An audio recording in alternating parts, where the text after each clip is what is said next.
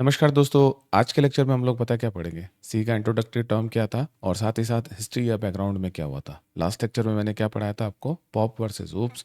आपने अगर वो लेक्चर नहीं देखा है तो मैं आपको आई बटन पे उसका लिंक दे दूंगा, आप वहाँ से एक बार देख लीजिएगा। थोड़ा आगे चलकर इसकी ज़रूरत पड़ेगी इस लेक्चर को समझने के लिए। चलो, विदाउट वेस्टिंग अ टाइम हम लोग थोड़ा सा आगे बढ़ते हैं और समझने की कोशिश करते हैं।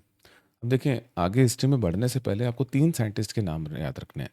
पहले मार्टिन रिचर्ड्स, दूसरे आते हैं किम थॉमसन और तीसरे होते हैं डेनिस रिची। देखो, तीनों का बहुत इंपॉर्टेंट रोल है। एक तरीके से अगर देखा जाए तो ये पूरी एक जर्नी है। पर पहले बात हुई थी कि हम इंट्रोडक्टिव टर्म समझेंगे किसका, सी का। अब देखिए, सी कैसी लैंग्वेज है और क्या है। तो अगर सी को कहते हैं ना, तो सी बोलते हैं कि एक जनरल पर्पस लैंग्वेज है जो कि प्रोसीजर ओरिएंटेड प्रोग्रामिंग है।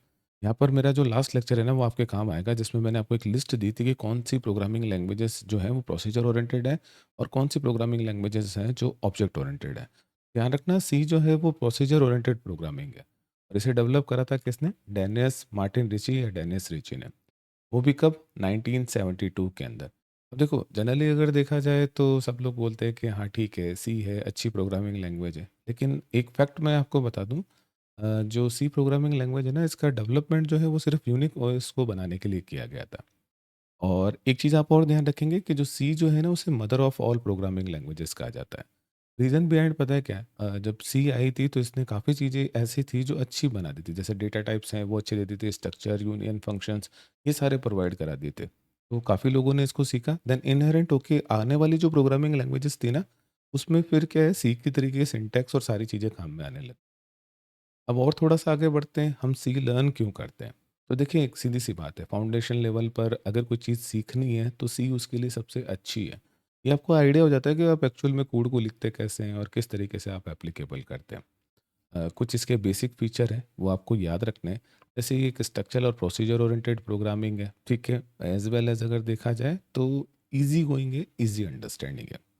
फिलहाल जहाँ तक मैंने आपको कहा था कि 3 साइंटिस्ट के आपको नाम याद रखने हैं, तो एक तरीके से ये पूरी जर्नी है। तो देखिए, सबसे पहले आते हैं कौन? Martin Richards.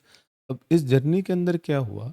BCPL to B and then to C. अब आप बोलेंगे सर ये बीसीपीएल क्या है? देखिए, basic combined programming language. 1960s के अंदर जो क्या है, मार्टिन रिचर्ड्स हैं, इन्होंने क्या है प्रोग्रामिंग लैंग्वेज दी थी बीसीपीएल, ठीक है? बेसिक जो कंबाइंड थी ना, वो इन्होंने उसको दी थी। लेकिन एक्चुअल में इसके साथ क्या था कि ये टाइपलेस प्रोग्रामिंग थी। अब आप बोलेंगे सर ये टाइपलेस प्रोग्रामिंग क्या होती है? देखिए, टाइपलेस का मतलब होता है कोई सिंटैक्स एंड रूल्स डिफाइन नहीं कर रखे होते हैं किसी डेटा टाइप्स के लिए, या प्री डिफाइंड डेटा टाइप्स नहीं होता है। जैसे अभी हम लोग यूज़ करते हैं ना, इंटीजर डायरेक्ट यूज़ किया तो इंटीजर मिल गया, फ्लोट है तो फ्लोट यूज़ फ्लोटिंग वैल्यूज़ के लिए लिया, तो वो मिल जाते। तो एक्चुअल में क्या है कि इन्होंने टाइपलेस प्रोग्रामिंग बनाई।